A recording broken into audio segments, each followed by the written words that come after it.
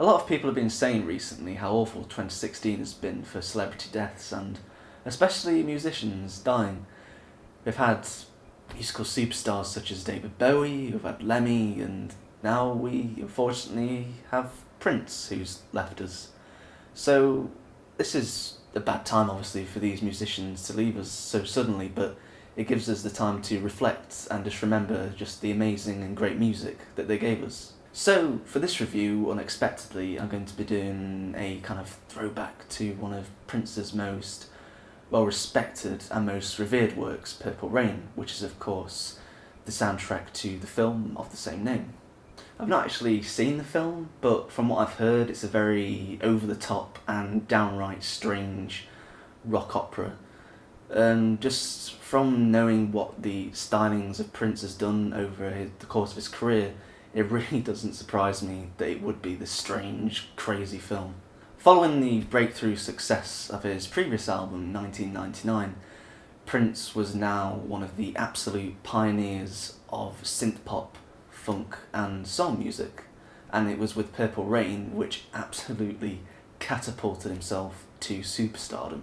The songs found on here were just incredibly catchy, just immediate, and it just also showcased just how amazing of a guitarist Prince also was, and just the overall musicianship of each and every one of the songs that he was involved in writing with this new project. After 1999, Prince seemed to have this mindset to just really just push the limits of what he was absolutely capable of. And like I say, Purple Rain was that album that he put all of his creative ambitions in and all of the great songwriting he was collecting over the past few years, and is really combined into this one massively creative project. And it really was the album that I would definitely say made him the icon and the household name that he is today. From the opening track, Let's Go Crazy, Prince really sets an immediate tone for the rest of the record, where he addresses the listener as if they are at a wedding or something, and he goes on about the afterlife and the afterworld, and it's just all very, very bizarre. This section does a brilliant job of setting an epic mood, and it really gives you the sense of something explosive is about to happen. What follows is a song with a catchy foot-tapping tempo, and it can only be described as something which will kind of pump you up for the rest of the record. The following track, Take Me With You, sees Prince take a orchestral and romantic approach to his songwriting. This is combined with an incredibly catchy drum section, an absolutely fantastic vocal performance from featuring artist Apollonia Kotero. It's a duet I can really imagine being played out on a cinema screen, and it's really reminiscent of a classic rock opera type song, and it's soppy, dramatic, and it's fantastically camp. This romance and campness is continued on the song The Beautiful Ones, where it's very slow moving and dramatic. And it's really for the first time on this album where Prince really lets his incredible vocal range express the intimate and if not kind of cheesy lyrics, but it really is all good fun. With lines like I'm begging down on my knees, I want you, yes I do, and dramatic instrumentation, it's really full of ounces of cheddar cheese by the truckload, and it's ridiculous, but it really is great. The pace again picks right back up with the song Computer Blue, which has this incredibly fast, punchy drum beat mixed with this amazing guitar lick provided by Prince himself.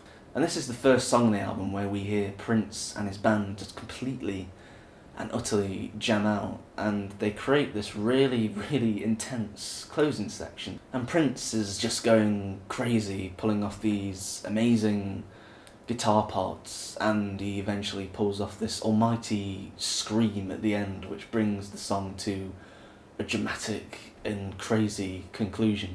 The song Darling Nikki begins with this really hilarious opening line where the character portrayed in the song is caught masturbating with a magazine.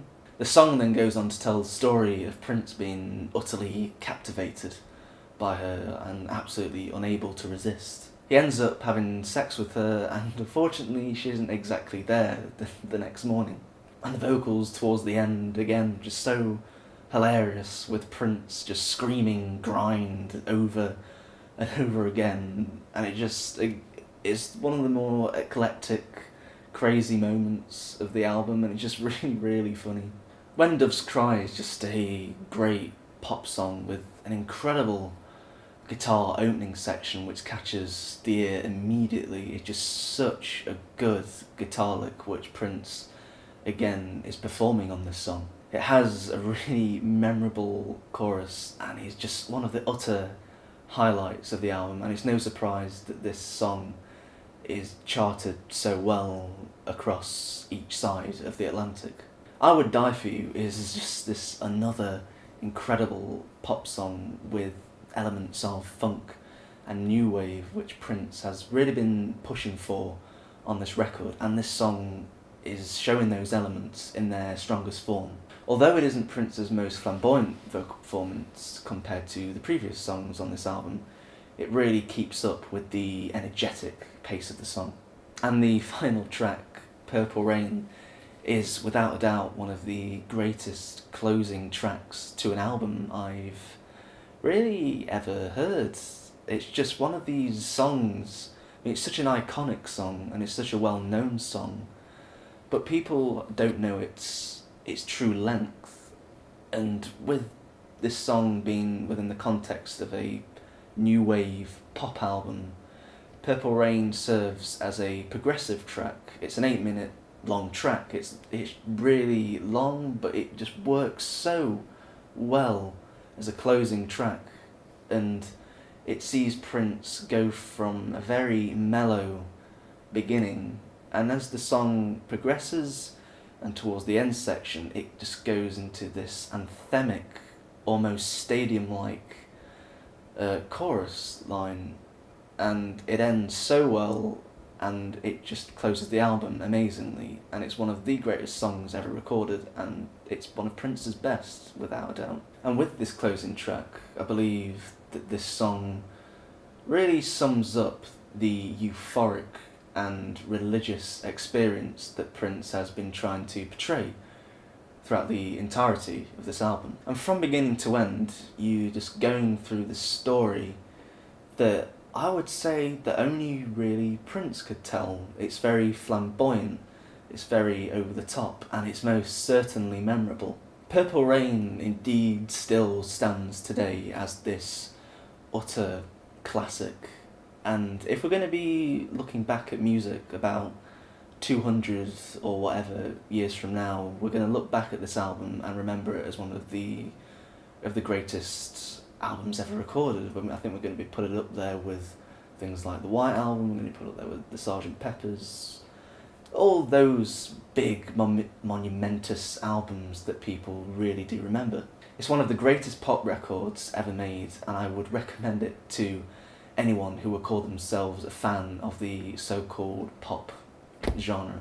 So let me know what you think of this album in the comments, and just let me know of any kind of personal stories you have with this album, as it's such a classic album and people probably have a lot of maybe personal stories they want to share about it. Then please let me know in the comments. I'd love to hear it. And yeah, that's been my classic review for this week.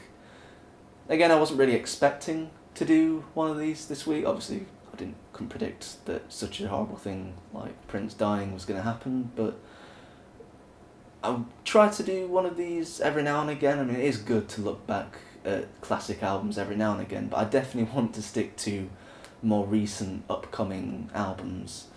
And yeah, things like this will be an every now and again thing, but definitely going to stick to the recent upcoming things. So yeah, let me know what you think of the comments, and like, subscribe, all that stuff, and yeah, I'll see you in the next review, and happy listening.